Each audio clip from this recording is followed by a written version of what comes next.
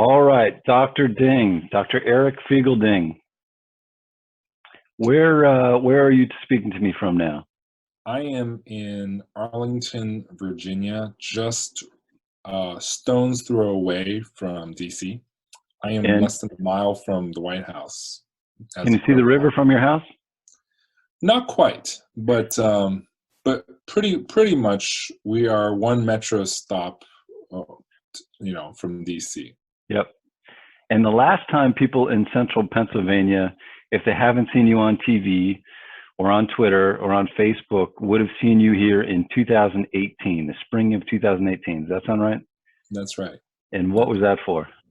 That was to run for Congress from the Pennsylvania 10th District, and running from Cumberland County, Pennsylvania, where I grew up. Mm-hmm. I grew up in Shippensburg, elementary, middle, high school, Outstanding. and public schools all the way. And I didn't leave PA until I went off to college. But my mom was a professor in Cumberland County for the last 25 years until she Outstanding. just retired this past year. So, you know, I've been in Pennsylvania more years than any other place I lived. So this is Cool. why it means a lot to me to be back Cool. and talking here. And where'd you go to college? I went to Johns Hopkins for public health. That little place. Yeah. I wanted to kind of go to medical school, Yeah. but I discovered public health along the way, and someone said, you should just go do your, PhD first if you really love it. And I loved epidemiology, and so Yeah.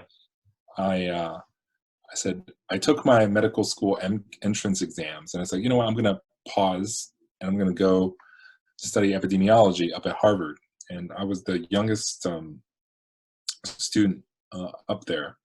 And along the way, halfway through my program, someone said, hey, you should do a doctorate in nutrition as well. And so I said, sure, why not? As long as I don't pay extra tuition. So I finished that. I went to medical school too. But at some point in your life, it's about what you do, not the number Yeah. of letters behind your name. Right. And so I dropped out of medical school and dedicated my career to public health and epidemiology research. Thank God for it. Yeah. I'm glad you did anyway. Yeah, I'm glad too. But at the same time, I kind of felt like a fish out of water in Boston, because it's a very different world. Because I grew up in rural areas before Yeah. Pennsylvania. I grew up in Nebraska and South Dakota in my early childhood. Yeah.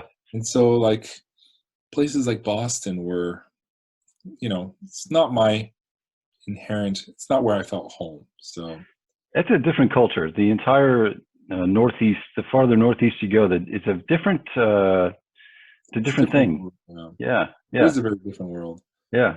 So Not in a bad way, but it's different. yeah. And so,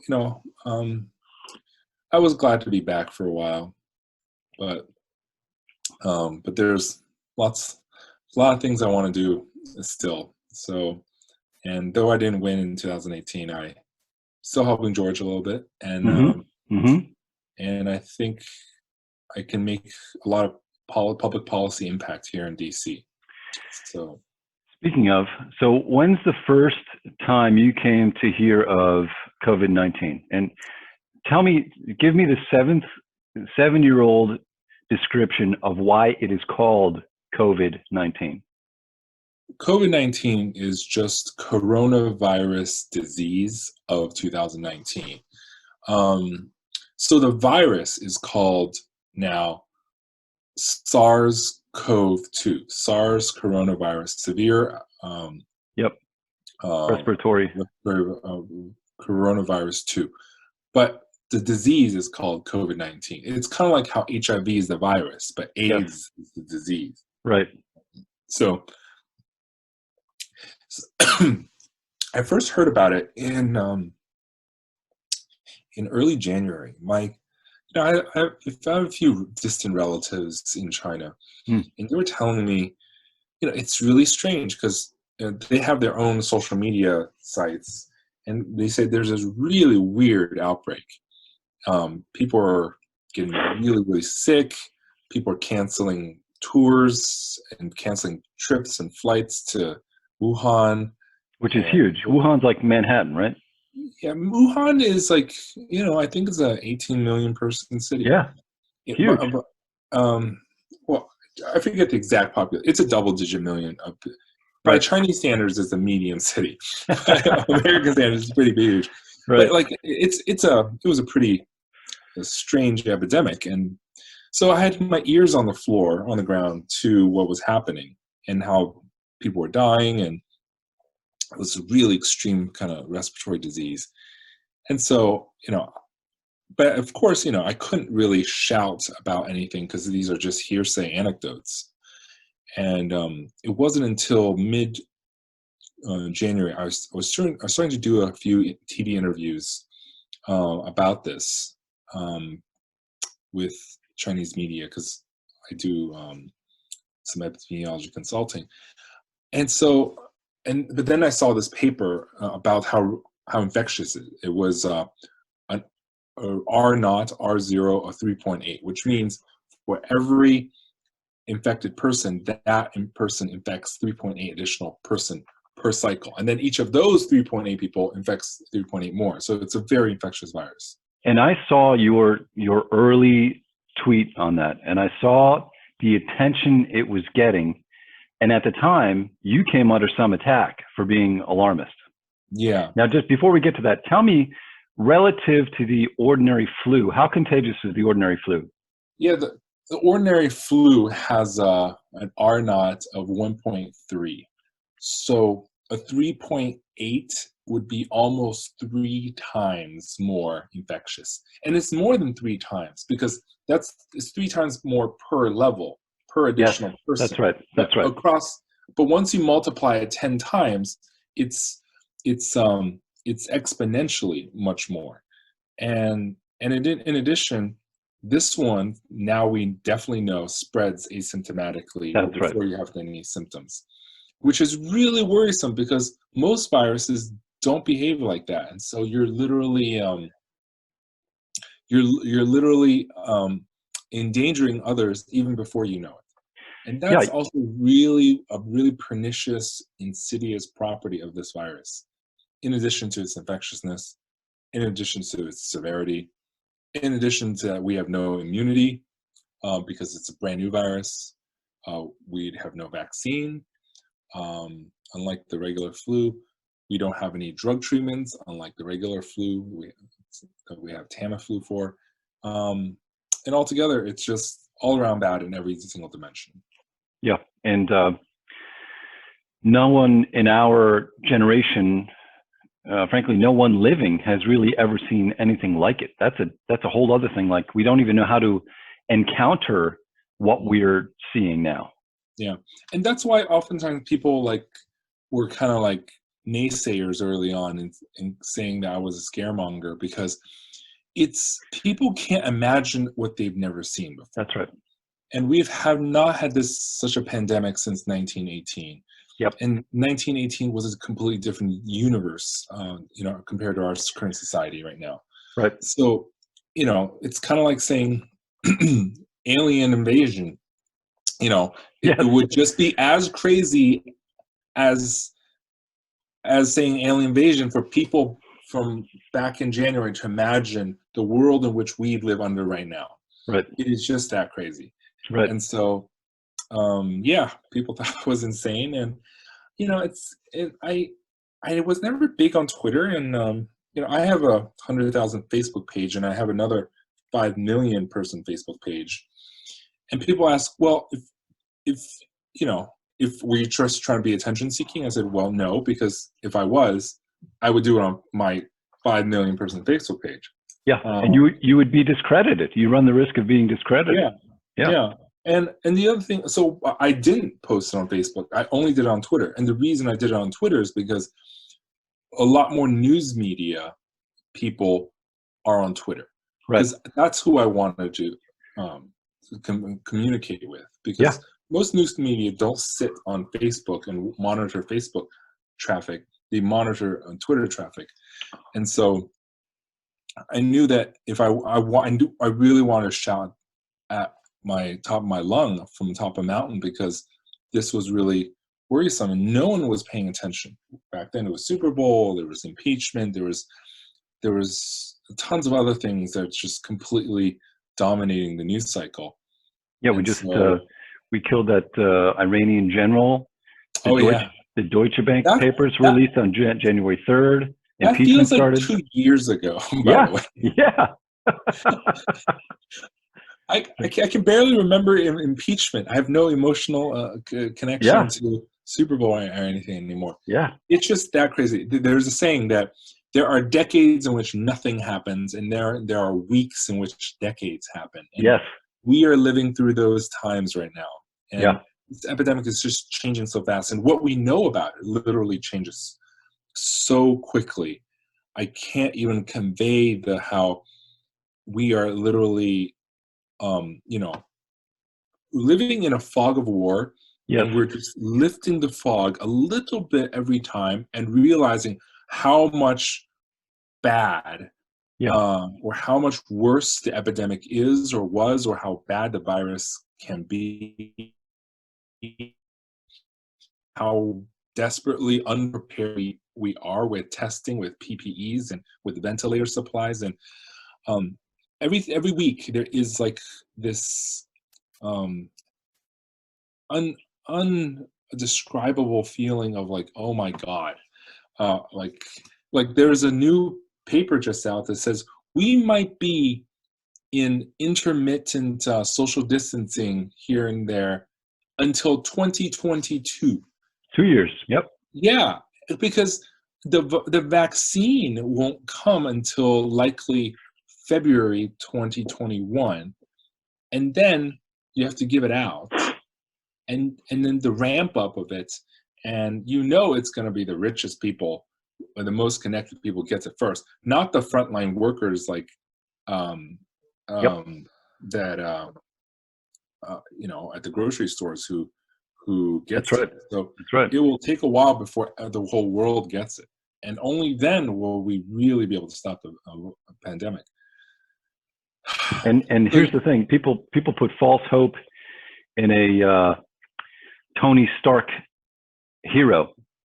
This rich genius like Bill Gates is going to drop $1 billion on it and solve it. Meanwhile, he has been unable to solve by way of vaccine AIDS. He's been working on that for 20 years. Yeah. And then you've got the other side of the coin where we have an annual influenza vaccine that is only marginally effective. It is not 100% effective. So if history is our guide, vaccination is not going to be the silver bullet for this thing. Yeah. Although I would say that HIV is a very tricky virus because it, by definition, it attacks your immune system infrastructure, right? And we've mostly been able to keep HIV in check for the most part. Through therapeuticals, through the drugs. Yeah, exactly. AZT, etc. Yeah, exactly. And flu, I want to say the flu is different in another way. Flu is fast mutating. There's something in the flu virus that scrambles its genome quickly. It has it's by nature, it has a re-scrambler of its genome. And so it has, this is why you need a new flu shot every year. Mm-hmm. And the other thing is we build our flu shots 6 to 9 months ahead of the season. Right. So, and there are multiple flu strains because it's such a fast. Right. It can go any direction. So you're trying to predict which strain will be the most common. Right. And design the vaccine for the most common likely strain from 9 months out.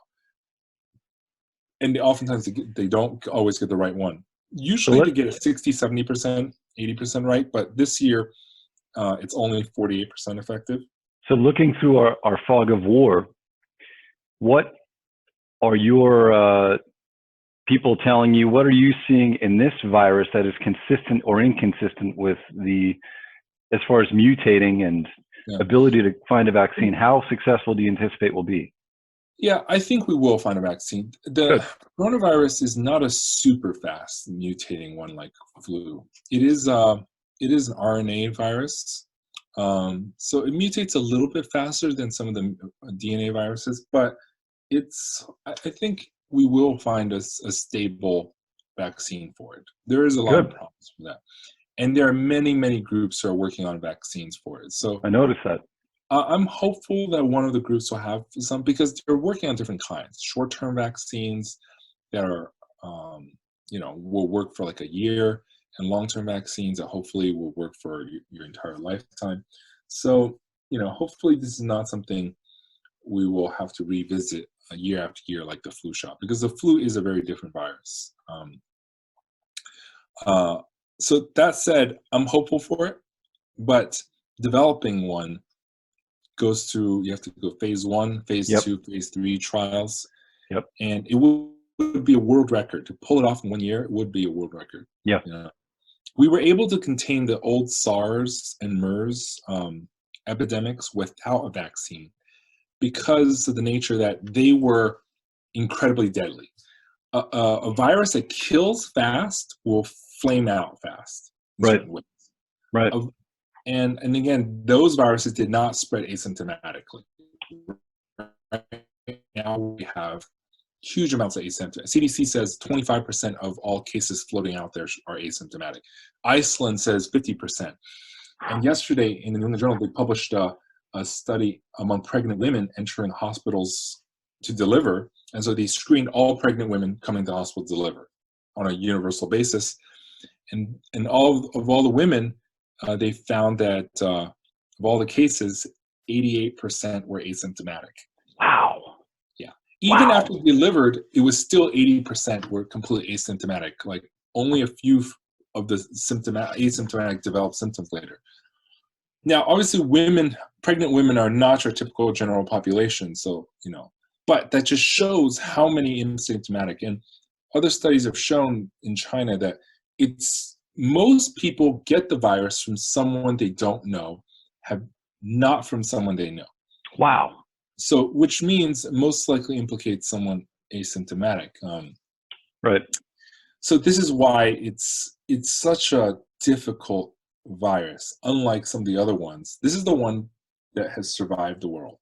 Because if it was truly makes a huge number of people sick and almost no one not sick, they would be all identified early and would have flamed out in some way by Yeah, containment.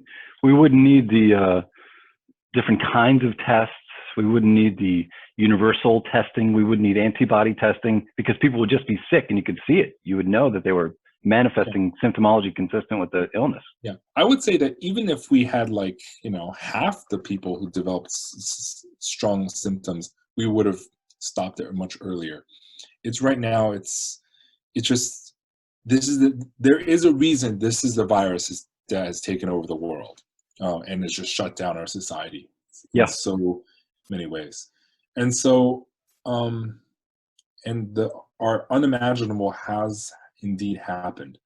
And right now we're trying to expedite many things. We're cutting a lot of corners on even for the vaccine. Normally you first do animal trials. We're skipping the animal testing already. So we're going the fastest we can. And is there some reckless risk involved there? No, they're still doing the human testing among the safety testing. Vaccine is they just want to make sure that it's not an enhancer. There could be vaccines when you design it, you can actually enhance the virus, that it's not doing enhancing. And that they're creating some live attenuated versus non just completely not live whatsoever. They're trying many different ways, so I'm hopeful. No, but in the meantime, we're in our little purgatory of shut down, not shut down, reopen, not reopen. Chatting with the governor of New Jersey later this afternoon, and so it is really difficult. And I think with Trump trying to force a reopening in May 1st by some sort of executive order is a little bit lunatic, and I'm not sure if it's fully legal.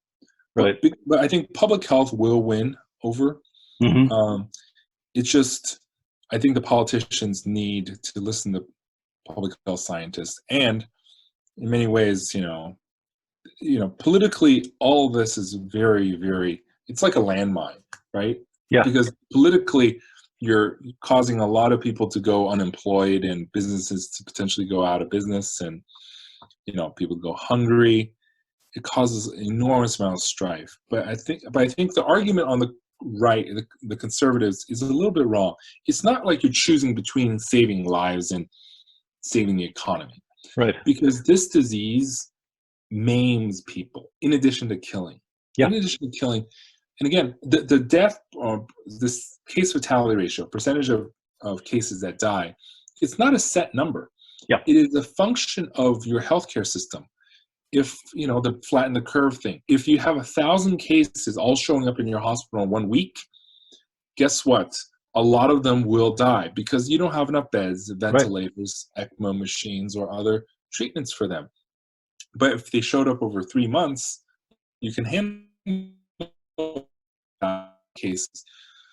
But if you don't do any mitigation and just go business as usual, a lot of people die, and anyone above the healthcare capacity will literally just die. And so the mortality will soar. And again, it maims a lot of people. There are people who are like really, really debilitated by this, and for weeks they're unable to really function. And lung scarring, right? You can have lifetime long lung scarring. Yeah, that's to be seen. But they did do a lung transplant in China once. I saw that. So I think we'll see. But I think what you have to realize is you either shut it down right now and keep people relatively healthy at home. Yeah. When it reopens, obviously try to get business and economy going again. Or if you just go full out G.I. Joe without any mitigation or containment, you'll decimate the workforce in terms of people being able to function. This came up in the Red Dawn email. So I don't know if you saw this, but the director of the NSA, the National Security Advisor, was in the Oval Office talking to Trump, and Steve Mnuchin was on the other side saying, "Don't shut anything down, ride it out." At least that's how the transcript reads. And O'Brien's counter was, if just because you opt to ride it out doesn't mean that it also won't kneecap the economy. In other words, it's a false dilemma to say one or the other, because the economy could tank as a result of just straight up collapse. Yeah, exactly. And I think that is the potential issue. And actually the studies have shown the demand for restaurants and a lot of other businesses actually dropped before the lockdowns happened. Yes. Because people did not want to go out because of the fear of the virus. Yes. Movie theaters, restaurants, concerts, people just did not want to go there anymore. So it wasn't like it was the shutdown that brought the economy to a halt. It was the fear of the virus. And the fear of the virus is because the virus has propagated everywhere. Yes. And that is because of mismanagement. Because U.S. had their first case the same day as South Korea did. Yes. And South Korea, even before their big megachurch epidemic boom, they were doing thousands of tests a day. Yeah. And then when they found that mega thing, they were starting doing like 10,000, 15,000 tests per day. And Korea, by the way, South Korea is the size of Maine and the population of California, Oregon, Washington. It's not the size of the U.S. at all, in any, whether geography or population. And a highly technical, they all had the app. Yeah. So they could track temperatures. They had mobile contact tracing, which, by the way, years ago, I actually built the first mobile contact tracing app in 2014. Cool. I don't tell many people. I almost forgot. Honestly, when this epidemic started, I almost forgot it because we built it so that, when two phones intersect each other, and you don't need to know that who they are. The issue Yep. is you can't remember what you had for lunch on Right. 3 days Right. ago. But and you don't know everyone you intersected with. But the fact that two phones connected together were nearby to each other, and one of you tested positive a couple days later, or like a week later, you would be able to find the other people you were nearby. That thing, I proposed it, I built it, the app was there. It's right now, it's open source on the internet. It's called Germ Theory. Feel free to find it. Cool. And then people were like, no, what's a chance Ebola or some plague will hit New York City and San Francisco? Yep. That was 2014. Right. And no one's laughing now, but No. this is the world in which we live. Anyways, Hey, I I've want been to bring thinking you about back. this for many years, but it's I guess the worst imaginable thing really has happened. Let me ask you about the worst imaginable thing happening right now. Talk about Sweden.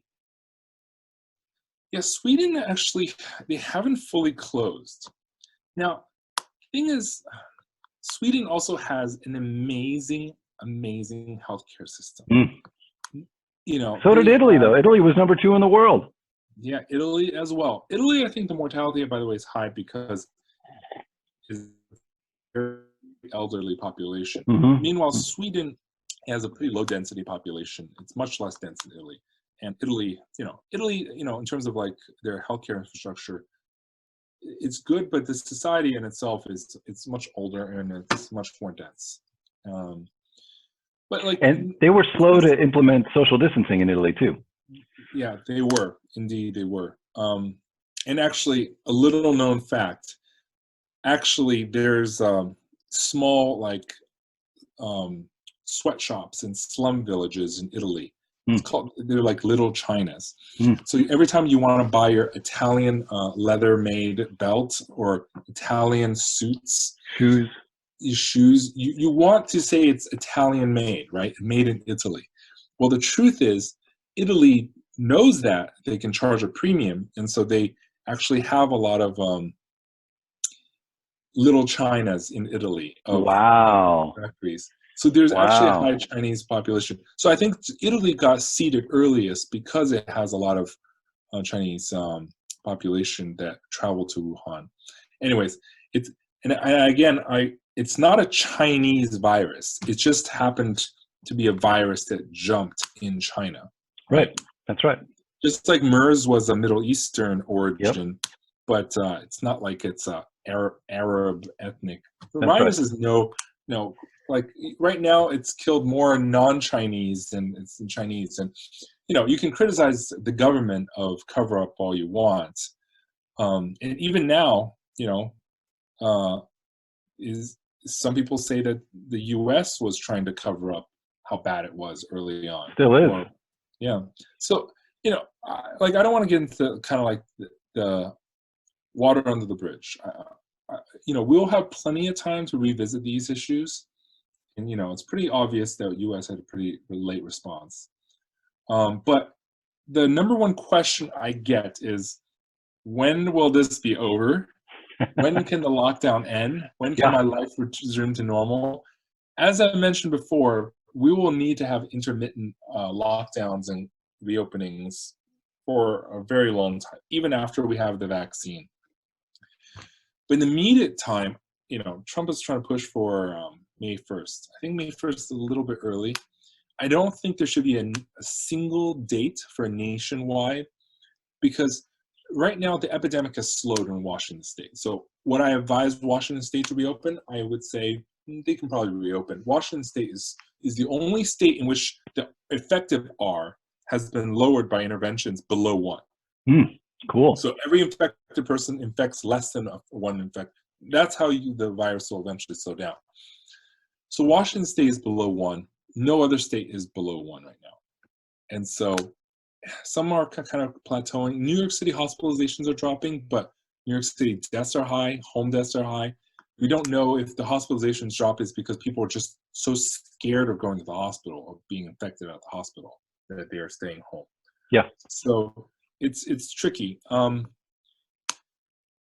in Pennsylvania, Pennsylvania, so there's also wide variation in amount of testing per state. New York has a lot of testing, but even then, New York City is only testing those who get hospitalized.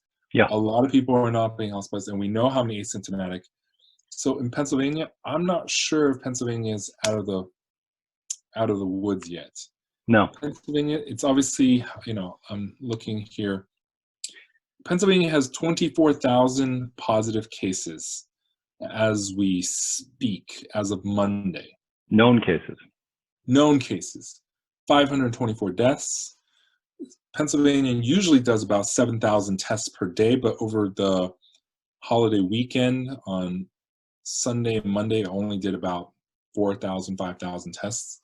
So I think, this weekend lull is well established. So we're, don't ever interpret just because, on a Monday that over the weekend we have some pretty good stats. We have to wait for, a consistent slowdown over a whole week. Yep. Before we get excited. And again, the other key thing is look at percent positivity, as in if you run 1,000 tests every single day, yeah, does the percentage that are positive drop over time? Like in New York City right now, it's like 30-40% of all tests are positive. That is an insane amount of positive. That's not the actual prevalence, 30-40%. It's just that they are so restricted on testing that they're only testing healthcare workers and people who end up in the hospital, hospitalized, not just walking the ER. If you're stable, they send you out without testing from the ER. Yeah. So, and obviously different states have different schemes, and these schemes can change over time. But it is really worrisome because the percent positivity in like Iceland, and Iceland does massive number of tests, like 10x. 20, 30, 40x more than other countries. Yep. They're finding positivity rates of like 1% or less than 1%. That is a good positivity rate that, you're testing so much, you're finding like only a very low percentage. That kind of blanket testing is what we need to eventually. You need the testing, you need the app, you need the social distancing all at once. Yeah. And then, the other thing is risk factors. It's not just age, and people keep thinking it's age. Yeah. But it's not just age. It's actually the risk factors of diabetes, heart disease, any lung disease, whether it's asthma, emphysema, any comorbidity, COPD, kidney disease, liver disease. Just for comparison, someone who's diabetic versus not diabetic. Not just not diabetic. Diabetic versus someone with no risk factors. Okay, so none of the above risk factors are listed. Someone with diabetes has 17-fold higher odds of being admitted to the ICU than compared to someone with zero risk factors. And that's also very similar, like double-digit, if not upper single-digit fold risk for heart disease and many other things. It is insane that we've kind of neglected these chronic diseases, and in certain ways, oftentimes conservative, this is also kind of interesting. Conservatives say, well, why should I pay for his health care? That's right. In certain ways now, they actually see the justification. You know what? Actually, you're right. We should probably pay for that guy's testing and care so that he stays in the hospital and gets treated instead of walking around infecting everyone, right? Yeah. And secondly, with Crohn's, the other argument is, why should I pay for his heart attack or diabetes? He's just irresponsible and stuff. Right. Well, actually, that kind of the heart attack, diabetes actually causes way more morbidity and causes way more hospital burden, and they're going to take up that ICU bed, and when you need your ICU bed, or you need to call the ambulance, and the ambulance does not come for 2 hours, which right now is what's happening in New York City. The ambulance is not coming for 2. So a lot of people are dying at home. Home deaths are soaring like over 10x. And they're not being counted. Maybe it is a good idea to actually invest in the healthcare system. That's right. And invest in keeping other people healthy, so they do. And not prescribing medicines from a podium that then cause scarcity for people who need those drugs for actual other conditions. Oh yeah, the hydroxychloroquine. I could go on about that. It's interesting. Like, I get why. Like, it is an available drug. Doctors can prescribe it. It's for malaria and it's for lupus, but it's a very rare drug. Previously, Rheumatoid arthritis, I lupus are heard not too. common. And so, you're depriving people from that. And the other thing is, like, this drug has known serious side effects, heart That's right. arrhythmias, Yep. and which can cause some cardiac death. Yep. Heart attacks. There's ways around heart attacks. We can balloon stent you. We can, such arrhythmias. People can literally drop dead. Yep. Literally, Yep. like Tim Russert, depressed many years ago. He died of a sudden cardiac death. Mm-hmm. They could not even rescue him in time. So. And so they terminated a trial just 2 days ago over the weekend because of fatal arrhythmias for hydroxychloroquine. And I think this was chloroquine, not hydroxychloroquine, but it was basically this same drug, and it was just complicated. And it's interesting because even the CIA told its own staff, "Don't take this drug." Mm-hmm. Like, I'm not saying it won't work, but first of all, the silver bullet, in which by silver bullet means something that reduces your risk by 50% or cuts your hospital time by 50%. You're not going to find silver bullet with this drug. It might lower a little bit, and the thing is it going to be balanced out by the high risk of heart disease? I mean, Heart high attack. risk of these heart arrhythmias. Yeah. So, I don't know. And I'd rather people wait for the trial. And there are trials that are finishing soon with this. Because, unlike heart attack and cancer trials, which take years, trials for these are relatively fast, especially if it's already on the market. Like, vaccines take a little longer because they're brand new drugs, brand new medicines. Well, these already are on the market, so you can directly go into a phase 2.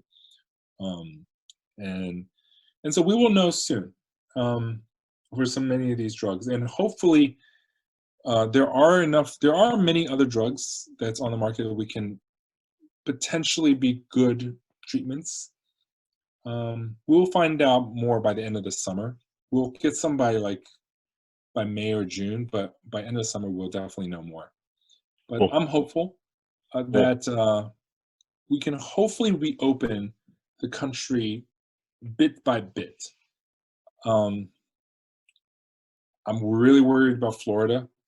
Aren't we all? Yeah. Detroit. Texas. Yeah, Detroit, Michigan. All these places where the epidemic right now is just surging. So I think we have to use a patchwork approach. But the problem with patchwork approach is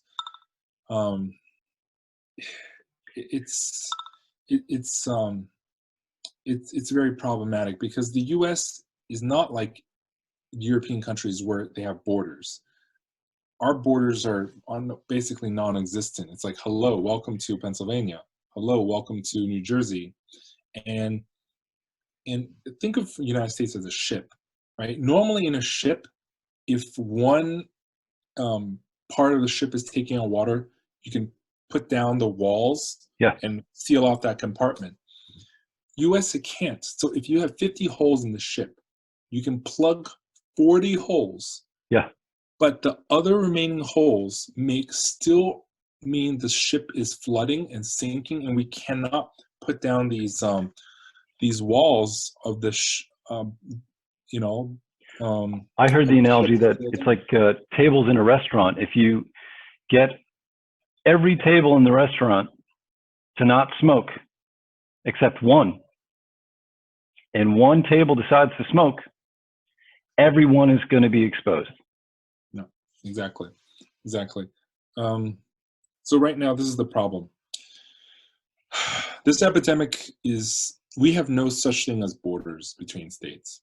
And Kansas legislature just overruled the Kansas governor for the lockdown. So U.S. containment is going to be way more difficult than any other country because any other country has complete sovereignty, Yeah. And they have good management, Yeah. central management, Yeah. and I think we will need these mitigation measures are mitigation for a reason. They slow it down. Yeah. They don't put out Stop the it. fire. That's right. To truly put out the fire, you need testing, contact tracing, Yep. and rapid contact tracing, and quarantining of those who contact tracing identified as potentially exposed. That's how you put out a fire. Right now, it's kind of like you're dumping water from a plane on a wildfire. Yeah. Yes, it slows it down, but you're never going to put out a wildfire that way. You need Yep. boots on the ground, testing, contact tracing. And we're not doing enough testing. We're not near. Some places have given up on contact tracing. We don't have digital contact tracing like Korea does and Singapore does. Singapore also has antibody testing already. 2 months ago, they had antibody testing in end of February. I saw that. We don't have that yet. We'll hopefully get that soon. Is it going to be done on a massive scale? Hopefully.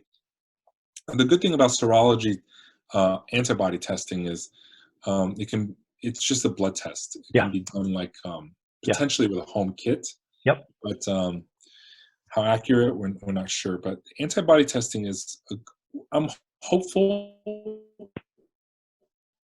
because there are treatments in which you can infuse a recovered person's plasma. They did it in 10 people.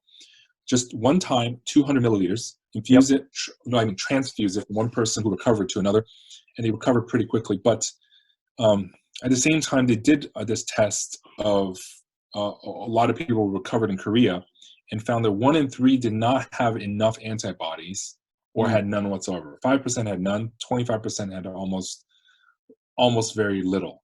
Wow. Not sure if that will be enough. And then there's the issue of resurgence of this, the reactivation. Basically, people recovered who've then fallen ill again. Mm-hmm.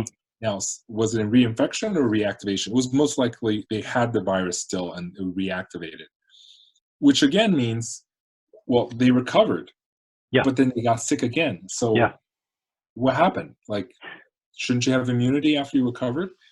And so antibody we're still learning so much. This is the fog of war that we're talking about. We thought we knew a lot, but gosh.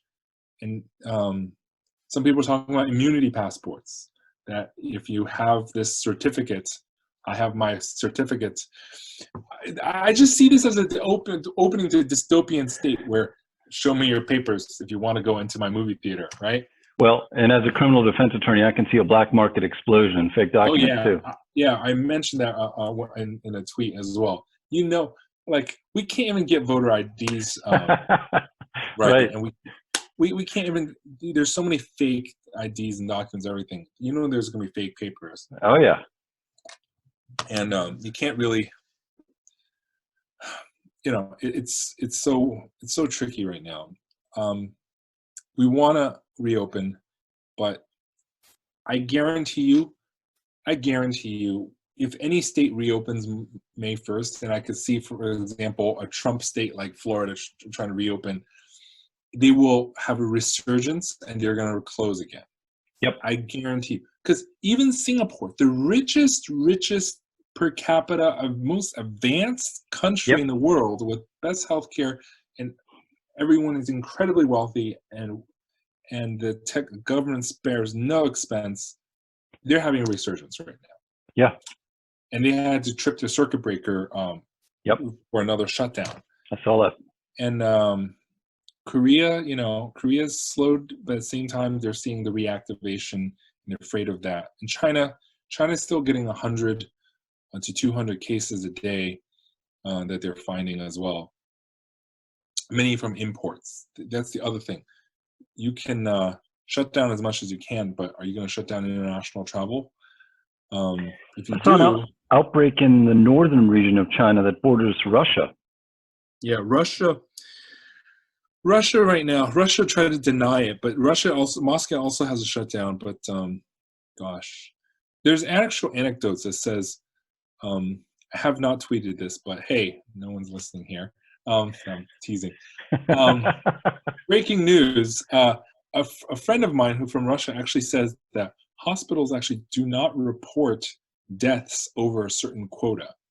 Like hospitals can only report up to a certain number of deaths per day, and above which you're not allowed to report, which is interesting. I don't know how that's going to play out. I And do. yeah, so there's so much in this world that is so tricky with this virus. It really challenges governments, economies, our Individuals. patience for science, our faith in science. Because there was a pastor who, in Virginia actually, who says, I don't care about coronavirus. I'm going to hold mass anyways. And a week later, he got the coronavirus and then he died. Yep. He's like the third one. Yeah.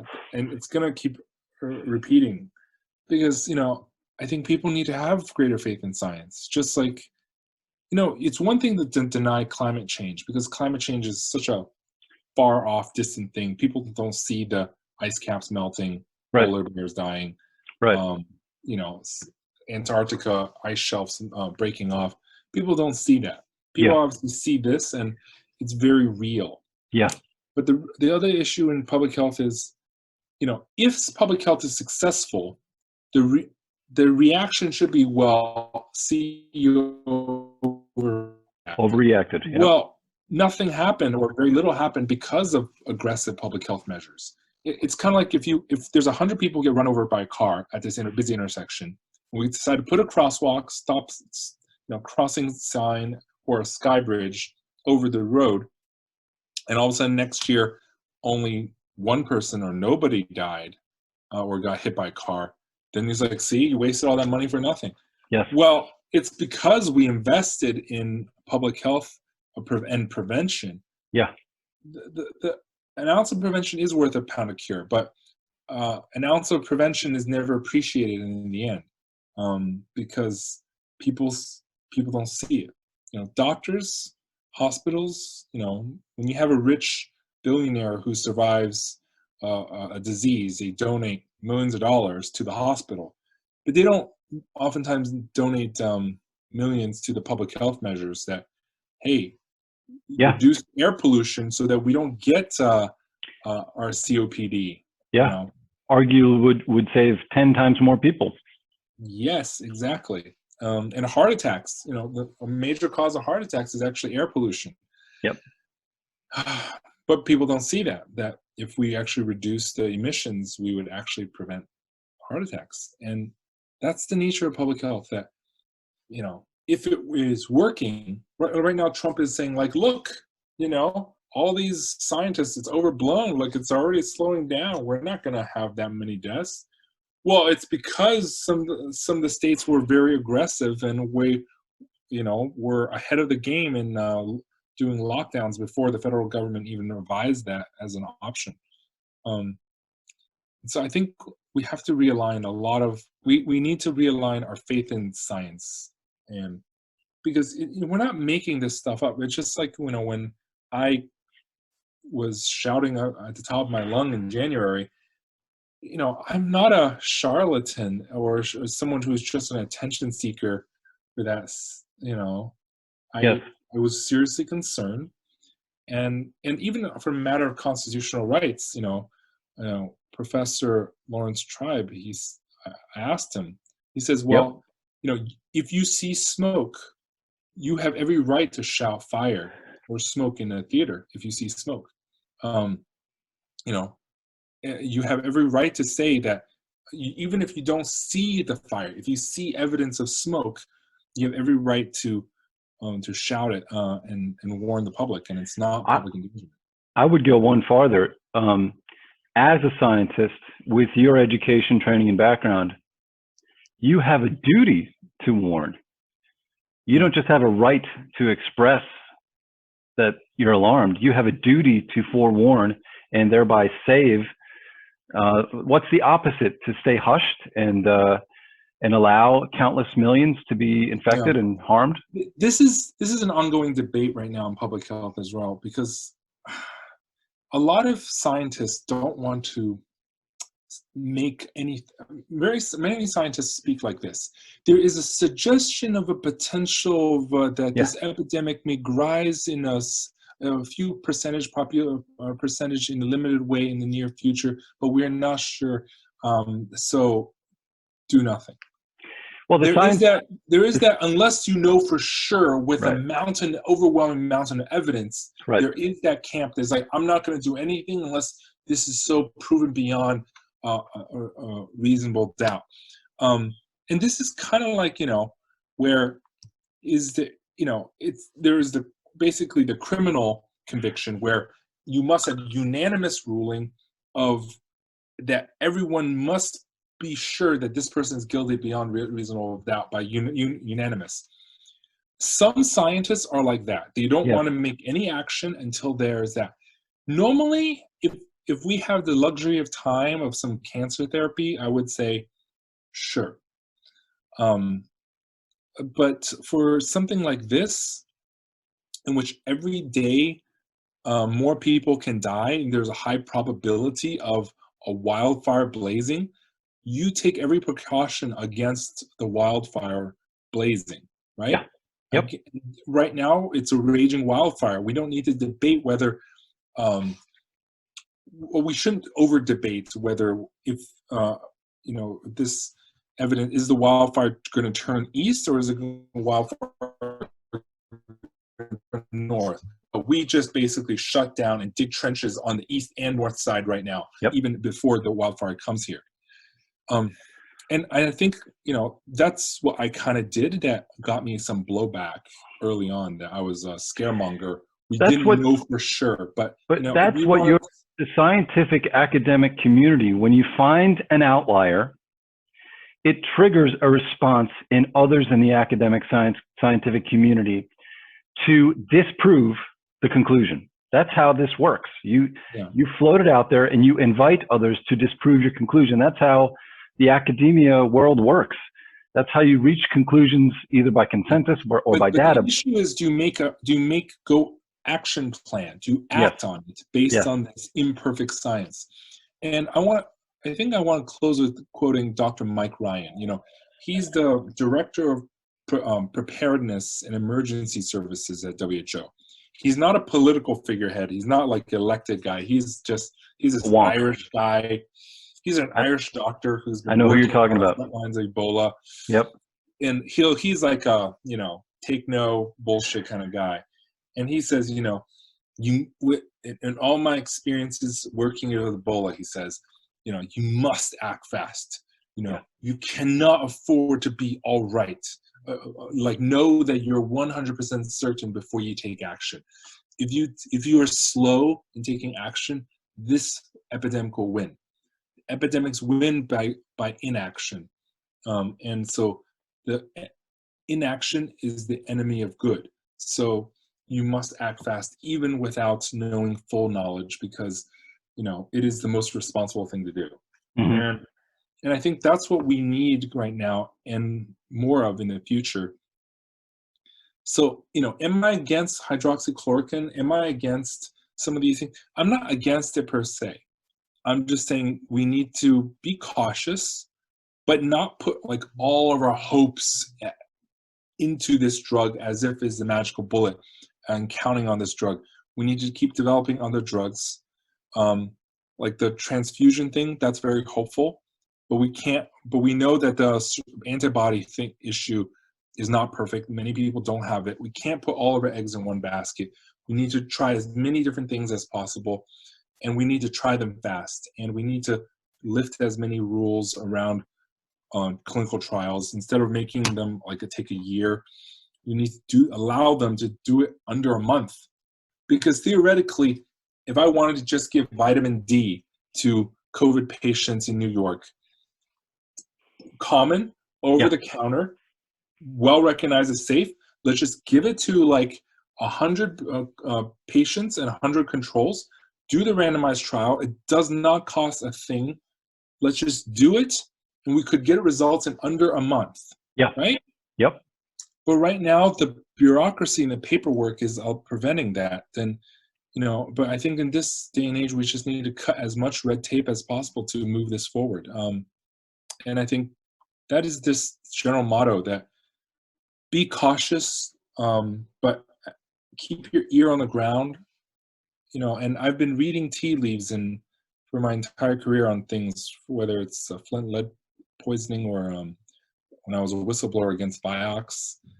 We just have to be vigilant and not wait for everything to be certain, because if everything is certain in life, that would just be death and taxes. That's right. That's right. We would never do anything. It's just like, you fall in love with someone. Are you sure that this person is the person you want to be with the rest of your life? You feel confident, but you don't know for sure, right? Is this, should I run for a public office only with knowing that I will, with 100% certainly be elected? No, you do it with your convictions, that if you feel it's right. Paralysis by analysis. Yeah, and I think science right now, it should be what guides public action, not political action, right? Decisions right now. Eric, I want to express on behalf of, I don't know how many people who look to you for guidance during this period, and are incredibly thankful that you are out here, first of all, and willing to share your experience with us, and your willingness to share what you know and be available so freely to so many people who have so many questions. It's like an urgent hour, and your voice is very much appreciated. And I'm thrilled to get to talk to you today. And thank you, my friend. Yeah. And listen, everybody, I don't know who's out there, but follow Dr. Eric Feigl-Ding on Twitter. You won't regret it. You will be up to speed, I promise. All right. Thanks so much, Sean.